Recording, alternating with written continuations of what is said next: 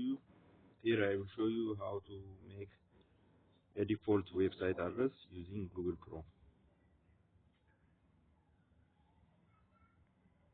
When we open a Google Chrome, it has a default website address. Mostly by itself it's a Google search engine, but it's possible to change using setting, then home.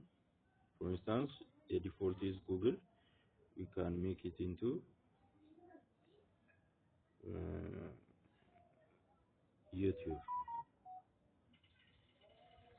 youtube.com. Then check mark, finished, back. Now the home page. Home page is YouTube. Close, open a new tab. Open a new tab under home. Home. When you press the home tab here, YouTube. Now YouTube is opening.